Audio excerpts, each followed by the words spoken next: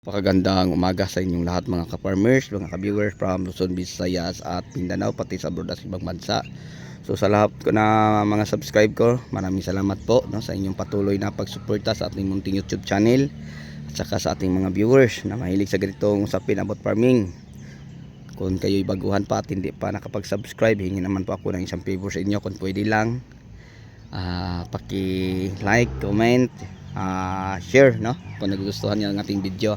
At higit sa lahat, paki-subscribe naman po at i-click nyo ang notification bell para updated po kayo sa mga next video na i-upload ko.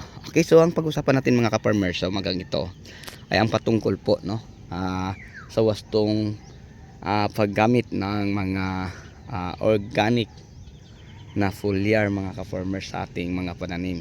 So alamin natin mga ka-farmers sa ating pintuhan ang mga organic na mga foliar tulad ng Enviro.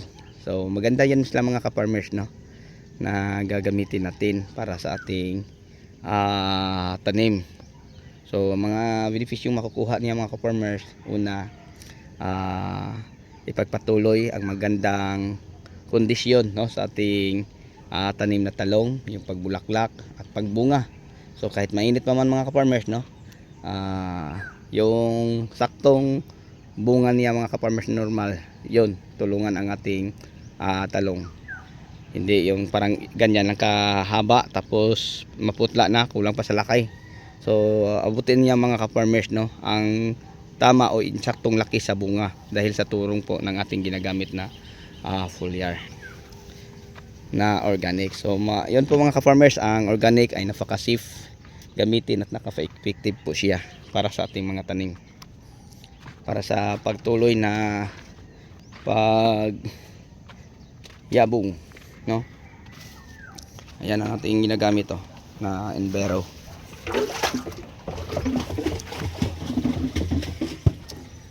So sa mga bunga naman mga ka-farmers, tingnan nyo, sobrang init ngayon pero nako, napakaganda at napaka quality ang mga bunga.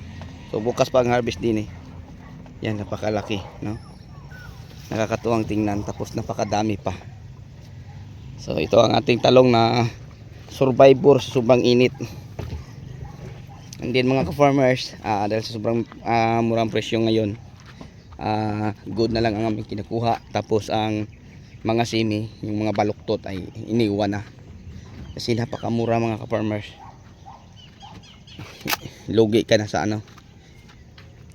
bilhin lang 50 isang bandel. Nako, ito lang ang kinukuha namin yung mga ganito kasi yun po ang good o klase ayan po ang ating pinapaharvest nila.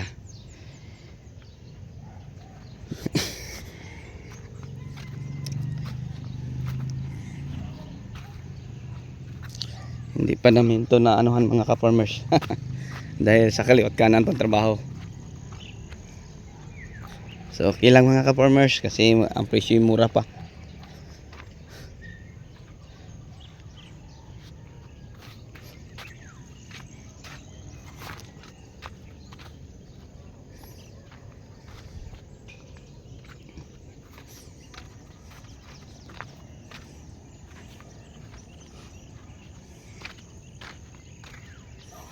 Yan ang ating kamatis, marami ng bunga, kulot na ang mga talbos mga ka-farmers kasi hindi na tayo nagpapa-spray din ito na lang mga bunga ang ating alagaan para lumaki ng maayos.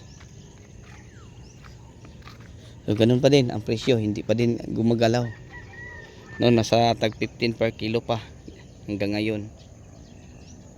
So kawawa. Okay, so yung lahat na siguro, hanggang dito na lang po tayo mga ka-farmers mga ka-viewers. So yun lang po ang may share ko sa inyo na kami po yung nagpapa-spray ng organic sa ating tanim na ampalaya, talong at saka kamatis. Ayan. So maganda naman po tingnan ang ating ampalaya kasi may mga bunga naman. Okay, so bago tayo magtapos, maraming salamat po sa inyong pagsama sa akin. Medyo lang mga ka-farmers dahil random ko po ang sobrang mahal ang mga imports tapos sobrang mura ang mga produkto. parang nakaka-stress ng sobra mga ka-farmers, nakakawalang gana kung ipagpatuloy pa ba natin o mamahinga pa pagpa-farming. Pero kawawa naman no ang mga kababayan nating mga Pilipino. Okay, so yun lang po. So ang nakakasakit lang mga ka-farmers, mura lang ang kuha sa amin pag ibenta na sa market, sobrang mahal. Okay lang mga ka-farmers kung tinutubuan lang nila ng 10 piso. Nako, imagine ang kamatis kinuha 15 kilos pagbenta 60 pesos ang retail. Nako, ang talong kinuha mga ka-farmers no, 20 pesos per kilo, pagbenta 80 pesos. Yun ang nakakasakit isipin. Okay lang mga ka-farmers, kinuha sa amin ang kamatis na 15, benta nila 25 para sa ating mga kababayang mga Pilipino, no? Okay lang. Ang kuha sa ampalaya 500 ang isang bundle, 10 kilo, 50 per kilo, pagbenta 80 to 100. Ang kamatis 15, pagbenta 60. Ang talong 20, pagbenta 80. Sana man yung justisya na yun. Naku po, magpapatuloy ang bulok na sistema sa ating panggobyerno dahil hindi naprotektahan ng maayos ang mga farmer. Naku, kung sabihin naman natin na ang ating bansa ay napakayaman, bansa lang ang mayaman, tapos ang nakatira ang mga kababayan nating ang Pilipino, nako, kawawang kawawa. So dahil po sa